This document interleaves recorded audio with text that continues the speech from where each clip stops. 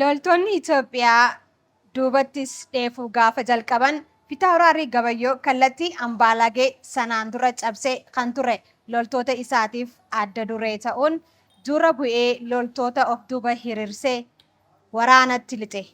Isa waliinis loltoonni Mikaa'el 3,000 hanga 4,000 ta'an, loltoonni Fiitaawuraarii Taklee 3,000 fi loltoonni Fiitaawuraarii Tafarii 1,500 ta'uun duuba isaa qaqqabanii duuka bu'an.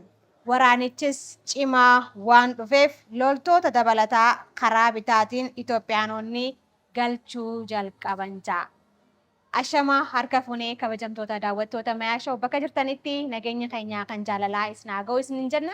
Sagantaan kun walta'iinsa maltiimiidiyaa Siinqee fi OBN waliin ta'uudhaan kan isiniif dhiyaatu. Har'aan tanagaa guyyaa injifannoo yaadannoo Adawaatii isa sababeeffachuudhaan istiidiyoo maatirraa gabbaane mee barreeffamoonni garaagaraa waa'ee injifannoo Adawaa maal ja'an, waa'ee gootota Oromoo maal ja'an kan jiru raasoo deemna.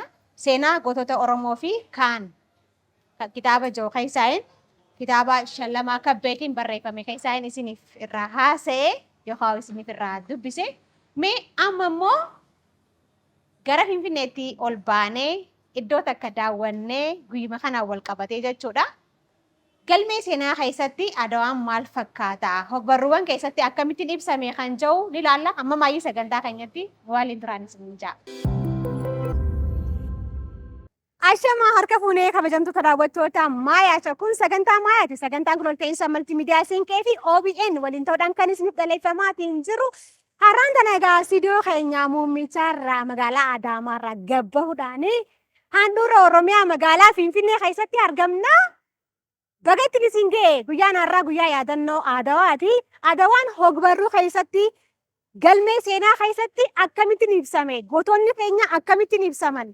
Hayyoonni waa'ee kanaa maal ja'an? Hayyoonni qorattoonni seenaa barsiisonni fi kana malees barreessitoonni maal ja'anii maal barreessan maal irra haasa'uu deemanii har'aan tana isaan wajjin ta'uudhaan waa'ee Adawaa fi hogbarruu waliin kan ilaallu ta'a. Gootonni keenya akkamittiin ibsa? Akkamittiin immoo ceesisuu dandeenya? Injifannoo kana akkamittiin itti fufsiisuu dandeenya kan jedhu irra haasa'uu deemna. Hamma maayyii sagantaa keenyatti nu waliin turaan isiniin ja'a. Keessummaa hiyya wajjin akka qunnamtaniin akka irraa haasa'inu isin affeereetiin jira. Barsiisaa Yuunivarsiitii Finfinnee kan ta'e digriin isaa jalqabaa seenaa, kan lammaffaa seenaa, ammallee kan barachaa jiru digrii isaa sadaffaadha. Seenaa qorachaatii jira. Obboleessi kiyyaa as na cina argama. Inni nu ibsa. Lakkii ibsii yoonaan jettan immoo Mallasaa Ijaaraadha. Qaxalee namaati hogguun akkanatti argite. Qallatullee ejersa jechuudha. Irraa haasa'ina. Baga wal agarreen siin ja'a. Galatoom. Galatoom jedha. Tole of ibsuu barbaachisuudhaan yaada haa ta'u ibsiteetta. Tole akkuma beekamu Oromoon injifannoo Adawaa keessatti shoora olaanaa taphate. Haa ta'u malee galmee seenaa Itoophiyaa keessattis haa ta'u seenaa Oromoo keessatti akkasumas immoo galmee seenaa biyya Awurooppaa biyya alaatti irrattis haa ta'u booldi hin mul'anne. Kun immoo sababa garaa garaatiin tokko itti yaadadameetuma kan biraa immoo wallaalummaarraan kan hafe yookaan ragaa dhabuurraan kan hafedha. Fakkeenyaaf Oromoonni loleen lolchiisee tarsiimoo baasee tarsiimoo waraanaa baasee inni injifatee jechuudha. Jalqabuma gaafuma Doogaal irraa kaanu otoo gara Adawaatti hin dhufin dura Doogaal irra Raasa Lulaan Abbaa Naggaa Kobaasaa injifatee jechuudha. Akka seenaan Oromoo nutti mul'isutti Raasa Lulaa Abbaa Naggaa Oromoodha. Egaa kan injifannoon achumarraa jalqabdee isa booddee Adawaa irratti sababa battalaa tokkooni keessattuu keeyyata 17 irratti wal dhabuudhaani lolli sun ka'ee jechuudha. Lolli sun immideet keessiidha malee Awurooppaanonni gaafuma 1884 Berliin irratti wal ga'anii akkaataa itti gaafa Afrikaa kana qirca hirachuu danda'an. Gaafa Afrikaa qofa otoo hin taane biyyoota Afrikaa biroollee itti qirca hirachuu danda'an irratti walii galaniin kaayyuma san kaayeffatanii Xaaliyaaniin Itoophiyaa weeraruudhaaf akka piriitekstiitti lafa Asab jedhamtu bittee Asab bichaan nagaan jennee gara Itoophiyaatti Eertiraa dhistee gara Itoophiyaatti ceetee maal jechuudha lafa babal'ifachuudhaaf jechuudha koloniidhaaf jechuudha haa ta'u malee kana kan beeke mootiin Oggasiitis immoo sabni Oromootis kana kan beeke quba kan qabu sababni isaa naannoo asirraa Sudaan qabamteetti achirraa Somaaliyaan qabamteetti ollaa jirra waan ta'eef kana kan hubate hin qophaa'ee hin socho'ee hin lolee jechuudha. Hin lolchiisee jechuudha. Haa ta'u malee barsiistonni tokko tokko akkasumas immoo hayyoonni tokko tokko Oromoon akka keessatti hirmaachuu hin qabne gaabbii akkasii kana qabu. Sababni isaa immoo Oromoon otoo irratti hirmaachuu baatee raatee Itoophiyaan Xaaliyaaniidhaan qabamuu dandeechiyyuu kan jedhu qaban. Yoo akkas ta'e immoo Oromoon biyya of dandeechi ijaarrachuu dandeessiyyuu kan jedhu irraa qaba. Fakkeenyaaf barsiistonni Oromoo tokko tokko akka kaasanitti lolli Adawaatti ta'e injifannoon Adawaatti dhufe lola koloneeffattoota gidduutti ta'e malee lola biyya keessatti miti. Kanaaf lolli suni lola Awurooppoonotaa fi lola Absiiniyaa gidduutti ta'e jedhanii too'i haga injifannoo yookaan immoo shoora Oromoon injifannoo Adawaa keessatti taphate gadi irra sanitti deemaniiru jechuudha. Amma akkuma walii galattu nuti yeroo qabnu faana hogbarruuwwan garaagaraa keessatti galmee seenaa keessatti akkamittiin ibsame kan joosan irra haasa'u deemnaa miti. Karaa kamiinis deemtu shoorri uummata keenya gootota keenya jeneraalonni keenya waan laayyootti laalamuu hin turre kana waan haalamuu danda'u miti. Seenaa dhoksanillee baratu seenaa baasa waan ta'eef nuti immoo har'aan tana injifannoo argame kana wal qabsiisneeti takka takkaan deemaati suuraawwan yookaan immoo siidaan takka takkaan kaa'ame galma kana keessatti ni jira muuziyeemii kana keessa jechuu kiyya irra haasa'inaa eenyu faadhame gaggabaabsine irra haasa'ineti keessummaan kiyya biraatis immoo eegaa jira waan ta'eef innis immoo akkamittiin waa'ee fardeen Adawaa irra haasa'aa jechuudha. Kanaafuu hamma maayyii sagantaa keenyatti nu waliin duraan hin ja'a. Mee ammoo deemnee keessa deemneeti daawwanna walumaan jechuudha. Haa ta'u. Akkas. Asitti gaarraas walee buxul ja'a. Mee irra haasa'e? Tole. Egaa raas walee buxul obboleessa Xaayituu Buxulii haadha manaa Minilik kan turanii. Walloo irraa gaafa walloo irraa duulanii raas walee buxul qofa otoo hin taane raas aliinis akkasuma Xaayituunis akkasuma keessattuu kaaba wallootirraa gaafa garas deemanii gara Adawaatti deeman loltoota fardeenii 8,000 ta'an qabataniiti kan dhufanii egaa akkasitti kan garas socho'anii too'i lolanii lolchiisanii injifannoo san fuudhuu danda'anii jechuudha. Oromoo wallooti. Hayyee hedduu takka bareedaadha. Asitti immoo hedduun keenya kan beenu Rabbiin rahmata haa godhu fite obboleessi keenya goonna keenya hiroo keenya Hacaaluu Hundeessaa Boonsaadha.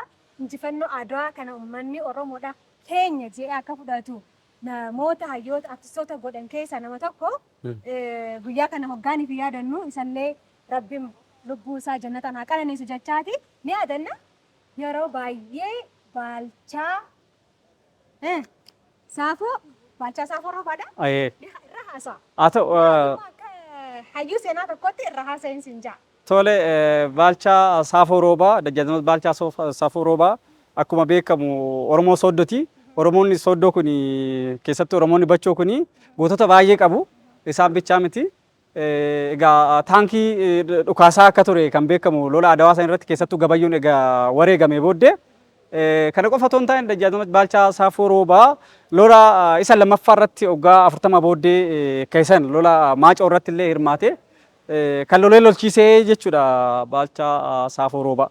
Hayyee hedduu takka galatoomii namatti tola. Akkas. Takka galatoomii warreen kaanis immoo suuta jennee kan daawwannu ta'a kabajamtoota daawwattoota maayaa ta'u har'aan tanagaa guyyaa yaadannoo injifannoo Adawaati. Isa sababeeffachuudhaan istiidiyoo maayaarraa baaneeti gootota Adawaa kan turan takka takkaan isin daawwachiisaa jirra. Baaqaanyoo ja'a asirratti. Mee isaan kunoo mee shoorri isaanii akkamittiin ibsamaa hagam takka hoogganaa turanii. Isaan kunis Raas Mokonnon Walda Mikaa'el Guddisaa jedhamu. Akkuma beektu abbaa Tafarii Mokonnon jechuudha. Tafarii Mokonnon Guddisaati abbaa isaaniiti abbaa Haayile Sillaaseeti jechuudha. Isaanis akka afaan keenya kun hin banne akka aadaan keenya eenyummaan keenya hin banne lolanii injifannoo san fuudhanii kinoo arramoo nu harkaan gaanii jechuudha. Akkaataa amma dhaabbannee dubbannu yookanatti silaa otoo isaan dhabaman. Hedduu takka galatoomii kan maayyee kana fi taawuraarii gabayyoo gaboo gurbu haja'u. Haa ta'u Gabayyoo bimoota takka. Gabayyoo bimoota takka Baalchaa Marfar Galabaach bichaala Bichaa. hedduu afaan Amaaraatiin wanni kun ni maqsama. akkas ka gabayyoo ture taankii kan dhukaasaa ture. Eh, Isa booda yeroo inni wareegamu ka Baalchaan kan itti darbee tooyi akka sassaniin deeme jechuudha. Gaboo gurmuu akkuma beekamu istiroograafii Itoophiyaa keessatti maqaa abbaa isaa hin jiru. Akkasumas istiroograafii Oromoo keessatti immoo seenaa galmee Oromoo kana keessatti immoo wal dhabdee jira. Dhuguma abbaa isaa gaboodha moo gabayyoo gurmuun jedhu jira. Gabayyoo gaboo gurmuun jedhu jira. Egaa kun gara fuulduraatti ganaa wanti jedhama. hayyee. Hayyee kaa kabajamtoota daawwattoota Maayaa kan daawwachaa jirtan sagantaa keessan sagantaa Maayaati. Sagantaan kun olteensa maltiimiidiyaa Siinkeetii OBN waliin ta'uudhaan kan isiniif dhaleeffamaa jiru an qopheessu sagantaa kanaa Rashid Tarafaajiiti har'aan tana injifannoo adawaa ilaalchisuudhaan istiidiyoo Maayaatirraa gabbaanee handhuura Oromiyaa magaalaa Finfinnee argamuudhaan muuziyeemii adawaa keessa deddeemaa waa'ee gootota keenyaa irraa haasa'uudhaa turre hayyuu seenaa fi qorataa seenaa wajjin barsiisaadhallee yuunivarsiitii Finfinneetti. Obboleessi hayyaa ammallee irra deemuudhaan yeroo qabu qaaliirraa naaf qootuudhaan namoonni daawwattoonni hawaasirraa baratanii jee abdachuudhaan as waan argamtes ammallee galatoomiin siin ja'a. Digrii isaa sadaffaa maal jette? Seenaa qonnaa jette? Seenaa qonnaan bultoota. Seenaa qonnaan bultoota digrii sadaffaadhaan qorachaatiin jira. Hayyoota nuti qabnu keessa hayyii qaxaleedha. Mallasaa Ijaaraa Jaaniin irra deebeetiin maqaa isaa lakkaayaatiin jira. Galatoomi irraa deemnee irra haasa'uu turre yeroo nu daangeessaa wanni daawwannu hedduu jira waan ta'eef barreessaa tokkollee affeeree barreessaa kitaaba seenessaa Oromoo fi sookeessa Itoophiyaa jedhu Tafarii Mokonnonis ganaa ni jira. Innis irra haasa'uu deema waa'ee fardeen keenyaa jechuudha. Akka waliigalatti yeroo san adda waraanaa sanitti mee gootonni akka uummata keenyatti akka Oromootti hirmaachaa turan ga'een isaanii immoo gabaabinaan akkamittiin ibsamame? Tole haa ta'u isaan dura galmee seenaa keessatti akkamitti ilaalamaa akkamittiin barreeffameera kan jedhu irratti barreessonni garaagaraa leensii garaagaraatiin ilaalaniiru. Akkuma dura jechuudhaaf yaale fakkeenya barreessonni farajjii akka tokko tokko akka barreessanitti barreessan kitaaba fakkeenyaaf barreessan Remand jedhamu tokko akka barreessetti osoo Oromoon farda isaatiin hin lolletee Xaaliyaaniin Itoophiyaa injifachuu dandeessiyyuu maqaa Oromoon lolee lolchiisee maqaa Oromoo fardaan lolee haala teessuma hin taane keessatti fardarra taa'uudhaa fi irraa bu'uudhaan lolanii lolchiisaa turanii.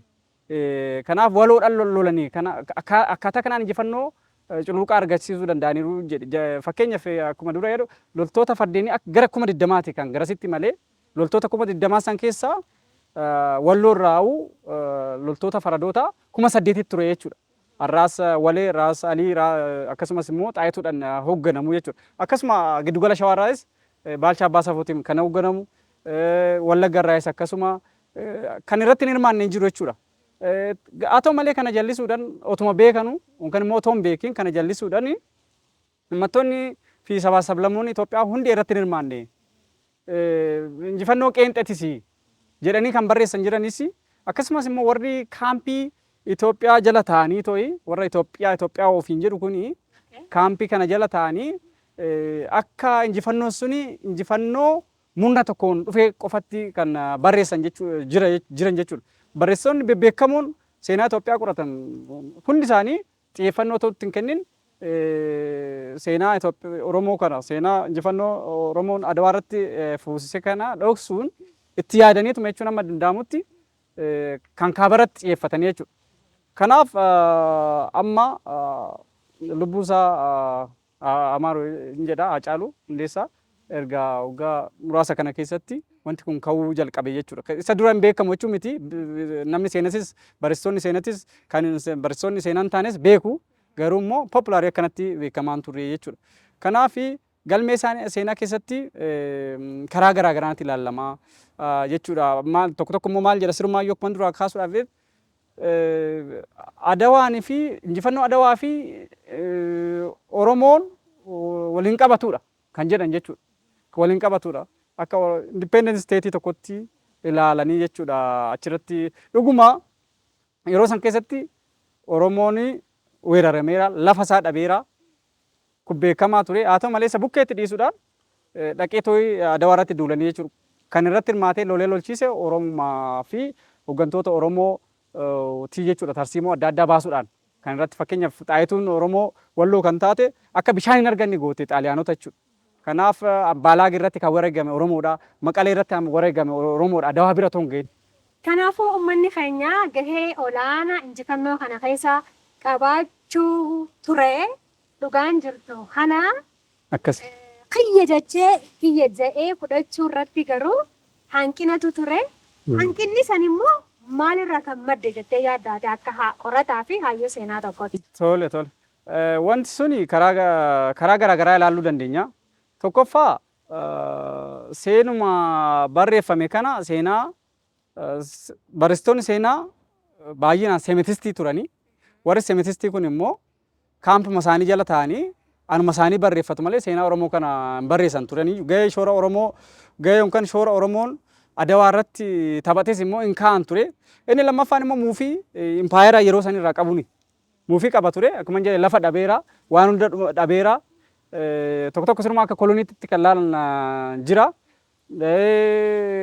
Maal jedhanii sirumaayyuu anaka keenyaa fakkeenyaaf biyya uummata hin qaroomne kanarraan bitamurra faranjii qaroome irraa bitamu wayyaa akkas waa yaada akkasii kaasaa turanii jechuudha. Kanaaf kun ilaalcha dogongoraa akka ta'eef uummanni keenya.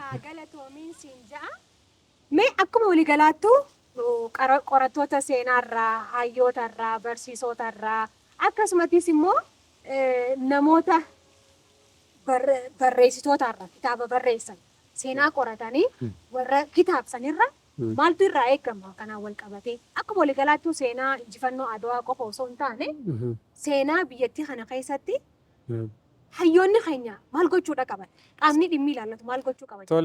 Tole haa ta'u asirratti wanti jechuu barbaadu umurii kam keessa waa jiraatu sagantaa siyaasa kamiifiyyuu haa hordofu yookaan dhaaba siyaasa kamiiyyuu haa hordofu. Injifannoon kun injifannoo Oromooti. Injifannoo Oromoon achitti argamsiise dhiiga isaa lolaasee lubbuu isaa qaalii dabarsee kun injifannoon kun nuun dhufeedhee kunuunsuu qabaa jechuudha. Kanaaf injifannoon kun keenya jechuu qabna malee wallabdeen garaa garaa jiraachuu danda'a. Ideological conflictiin jiraachuu danda'a. Kanaaf isa bukkeetti dhiisnee injifannoo kana nuti argamsiise biyya kana nuti ijaaree jalqabuma qabree Gondara Pireedisoo fudhannee yeroo sirna Gondarii yeroo Midivaal Histirisoo fudhannee Midivaal yeroo sirna bara giddu galeessaa sana soo fudhannee yeroo ammayyaa kana soo fudhannee biyya ijaaruu keessatti Oromoo shoora guddaa qaba.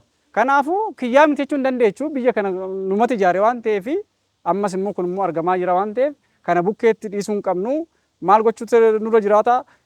Barreessonni seenaa hawaasa keessa seenanii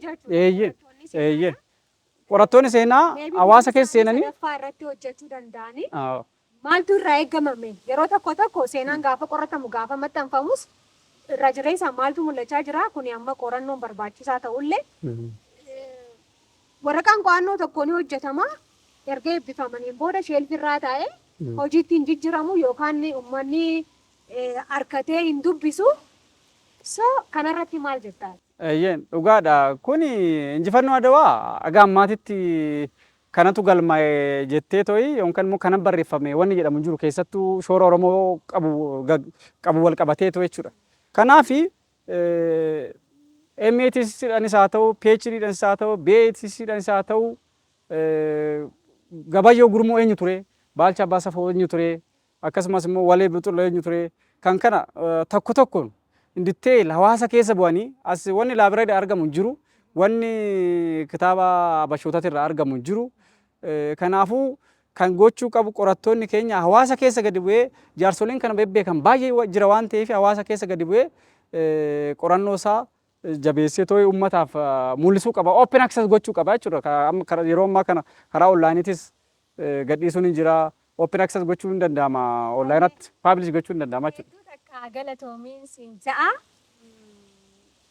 Turtii si wajjin qabu kanumaan osoo goolabne gaariidha. Osoo yeroon jiraate kan kana caala irra haasoo akka danda'amu ifaatti ni mul'ata. Garuu hanqina yeroo qabnurraa yeroon keenya daangeffamaadha. Ganaa bakka hedduu deemnee daawwanna obboleessa Hayya Barreessaa Tafarii Mokonnon wajjin waan ta'eef akka ati waan dhaammattu waan jettu waan itti dabaltu yoo jiraate immoo hireessi kanneeti gara keessummaa Hayyatti aanutti dabraa jechuudha. Tole haa ta'u. Wanni jechuu barbaadu kaaseera garuu xiyyeeffannoon itti kennamaa jira. Xiyyeeffannoon itti kennamaa jiru kun immoo murna tokkoon bichaa ta'uu hin qabu. Barattoonni seenaa, barsiisonni seenaa, qorattoonni seenaa propoozaala garaagaraa qopheessuudhaan deeggarsa gaafachuudhaan qorannoo gaggeessuu qabu jechuudha. Akkamatti qorannoo lafaa kaasee hin gaggeessitu deeggarsa barbaachisa waan ta'eef mootummaas haa ta'u, dhuunfaadhaanis haa ta'u, abbaan qabeenyas haa ta'u, ispoonsar godhee to'i seenaa keenya kana ifatti mul'isuu danda'uu qabnaa jechuudha.